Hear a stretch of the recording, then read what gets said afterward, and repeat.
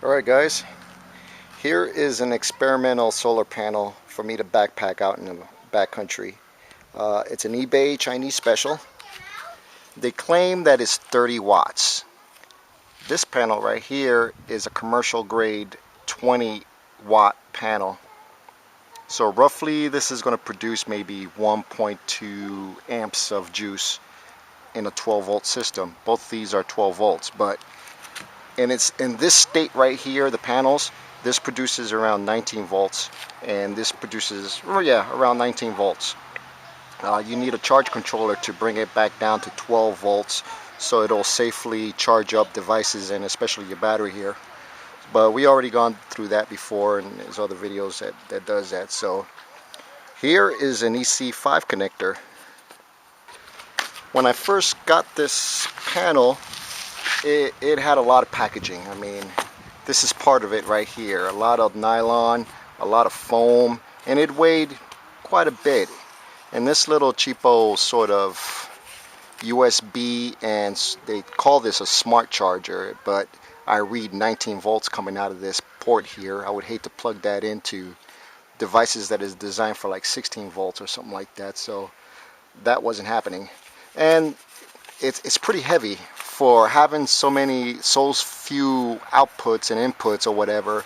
It's a heavy little piece of plastic, so I decided to cut it out along with all the packaging. It's an eBay special, so it's totally an experimental prototype deal for me. The back here, again, same thing. This was all in red sort of nylon and everything, so I just skeletonized the whole thing where it sort of still keeps its integrity as far as keeping the two panels together.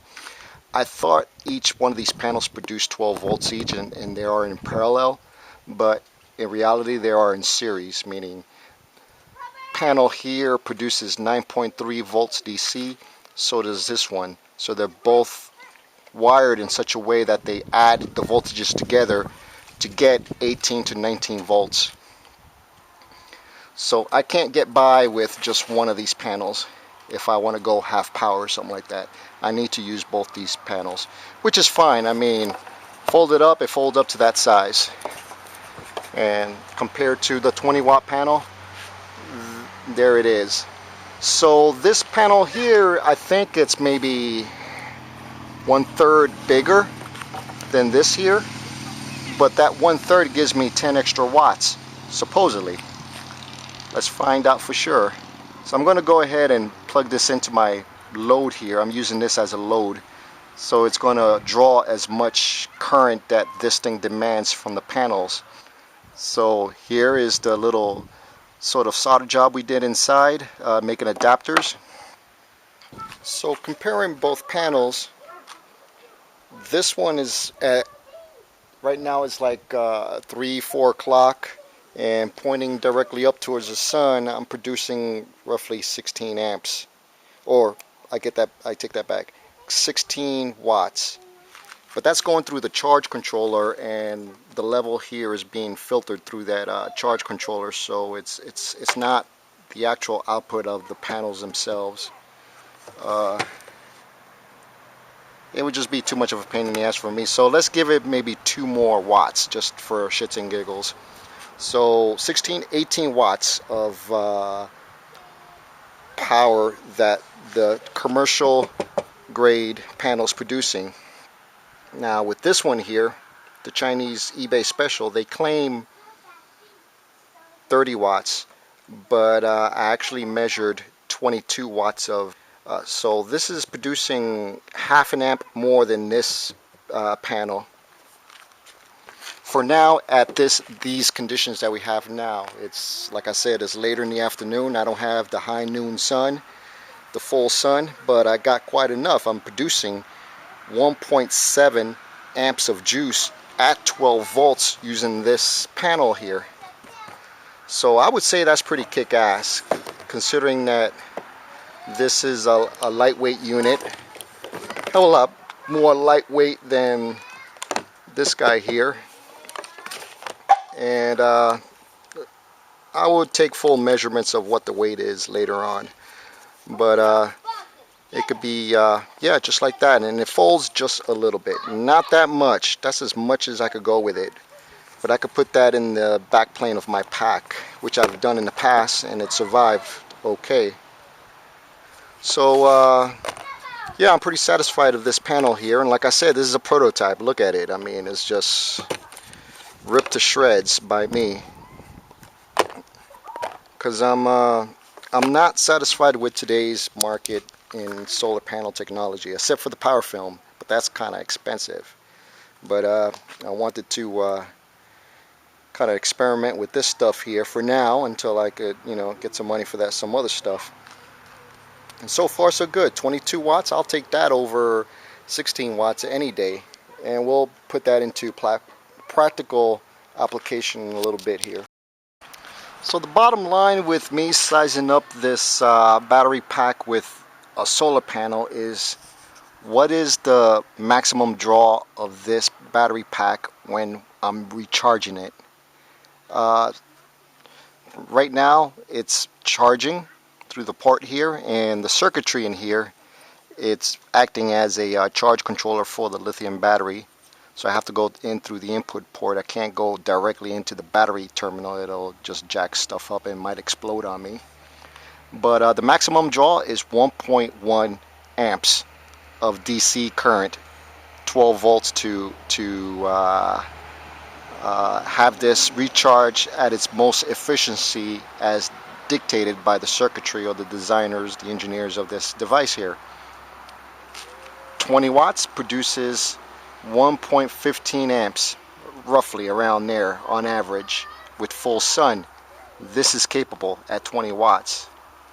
This is 22 to 25 watts, this panel here. So this panel here, I'm not shortchanging myself. At full sun, I could recharge this battery pack without much fuss. That's in sunny California here. If you're like in the northern states, Minnesota, Pacific Northwest, where it's rainy all the time and overcast, Finland, my buddy out there, Survival Tech Nord, you guys will probably have to bump up the wattage of your solar panels to make up the difference of your inclement weather, or, you know, sky cover and all that stuff. You guys out in the desert like Arizona, you guys could probably downsize a little bit and have the maximum draw of current to supply your devices. In my case, a battery pack. My method of madness here is to charge up the battery pack here and have the battery pack charge up everything else. It's just more efficient as far as time and power management, in my opinion. When I go on this 72-mile hike, that will determine if that statement is true or not. We shall see. So here's the final cut. Confirmed 22 watt, 12 volt system based solar panel feeding my power pack. And it's enough current and then some to have some surplus to power this up. 12 volts is feeding into my battery charger, which will do AA's and AAA's. The AA's could feed this here, and it could also feed my ham radio with a clamshell as a backup. And this is all I need. I forgot to mention my flashlight. I'll have a LD05, I think it is, or LD02. It's a AAA single battery flashlight. I lost one already, so I have to replace it, but it'll be using these rechargeable batteries for that, which this is capable of recharging. GPS, the cable here is being fed by the USB port. I could either use this port here or this port here. More than likely that port over there. My regular flip phone here for infrastructure comms, you know, using your Ma Bell. Entertainment based as my video camera to record all my stuff, which could be powered up by this battery pack. Then my ham radio, the infamous VX7R, which I'm using this to power up the lithium battery internally on this unit here, and I also have a clamshell that will take AA batteries, which this will recharge it. This here is a voltage regulator. It'll take the 12 volts that this thing is producing and step it down to 7.5 volts that the radio is designed to utilize. So that's what this is here, is a little mini, what do you call it, circuit in there, which I adapted to fit the EC5 connector here. And that pretty much is currently my core sort of equipment to take out to the back country in a shit hit the fan situation. Except maybe the camera, but maybe I will take the camera, who knows, it just depends. But this is just my basic right here. I'm in the market to replace my VX7R with another radio.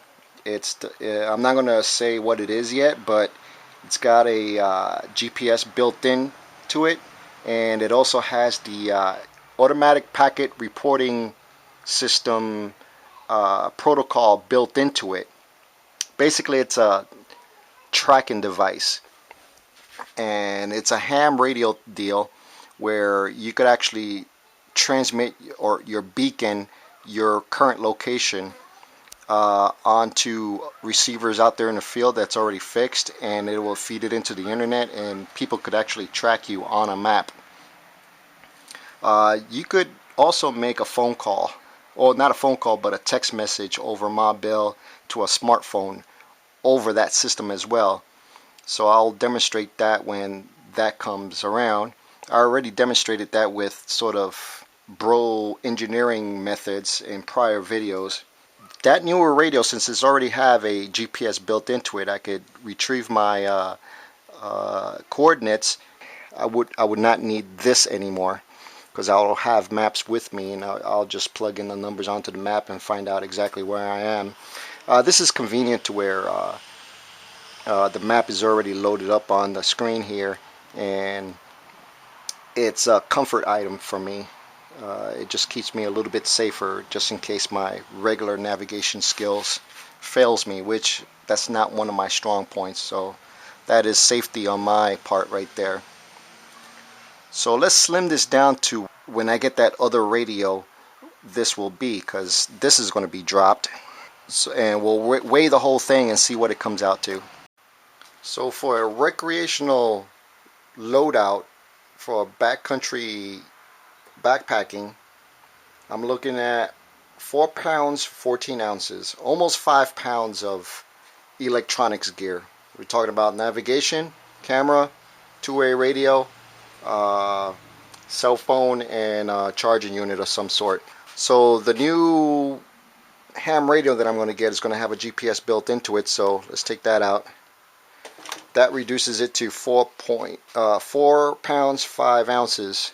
So let's say it's a known distance, or I really not going to have much use for recharging capabilities, let's say for AA's and AAA's, because the rest of the devices already have a built-in lithium battery to it. I could leave this home, the charging unit for the batteries, and that comes out to 3 pounds 11 ounces. So let's say shit hit the fan scenario, cell phones are out of whack. I don't need to haul that. I won't be taking any pictures maybe, so let's leave that home.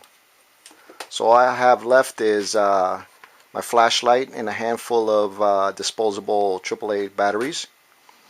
My two-way radio that has everything, scanner, commercial radio, and two-way radio, and a tracking device, and possibly a way of text messaging my home, along with the solar panel to charge this up, and the battery pack that's within this black bag. The total weight of all that equipment is 3 pounds and 3 ounces. That's my bare minimum, with some sort of capability of communications that I'm comfortable with to bring out into the backcountry during a shit hit the fan. Or if I'm in a urban setting as well. Doesn't really matter. So there you have it. That's my tiers of electronics to take out to the field with me, depending on what the situation is. With that in mind, adjust your tactics.